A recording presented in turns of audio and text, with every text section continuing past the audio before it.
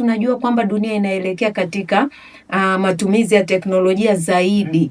Kwa hiyo nasi hatuko nyuma kama Tanzania kuhakikisha kwamba tunaimarisha kwenye kila kona, tunaimarisha matumizi ya teknolojia ya habari na mawasiliano. Ndugu mtangazaji, kwenye maeneo mengi muhimu sasa hivi unatumia mtandao, kulipa kwa njia ya mtandao. Kwa hiyo unaona kwamba teknolojia imepewa kipaumbele na inahamasishwa kutumika zaidi mpaka na mwananchi wa kawaida kabisa. Lakini sababu nyingine ni kuongeza thamani ya bidhaa zinazozalishwa hapa Tanzania.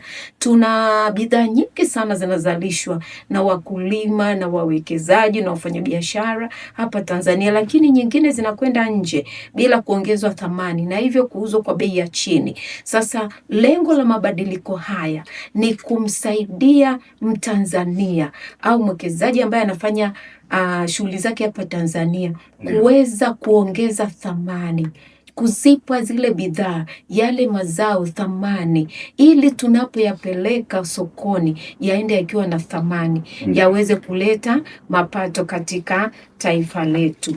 Na sambamba na hilo pia ni kuongeza ajira. Serikali imeweka mtazamo mkubwa kuweza kuongeza ajira kwa Watanzania wengi zaidi.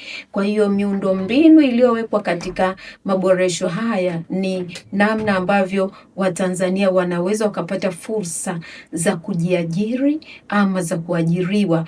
Utaona mahali pengine tutazungumza, kuna msamaha umetolewa ili mtu aweze kutafuta kipato chake, aweze yeye mwenyewe kuanza kufanya shughuli yake ama kujiajiri au pia fursa za kuajiriwa.